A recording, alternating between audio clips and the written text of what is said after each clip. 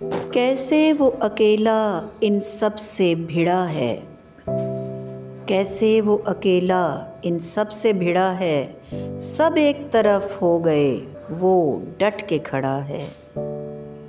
ना डर है ना लालच कोई उसके ज़हन में, ना डर है ना लालच कोई उसके ज़हन में। चट्टान के मानिंद वो हक पे अड़ा है। मौत का ख़तरा है न जीने के हवाले, वो मर्द मुजाहिद तो फ़कत हक पे डटा है। इमरान तू आज हवाला है हमारा,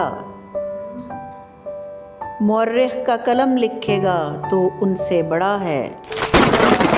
सब मिल के तुझे आज गिराने पे लगे हैं, ऊपर जो देखता है उन सब से बड़ा है।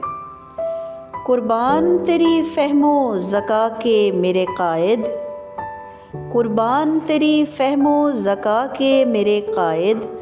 बातिल से बदल चाल के तू आन लड़ा है। इमरान तू आज हवाला है हमारा, मुअर्रिख़ का कलम लिखेगा तो उनसे बड़ा है।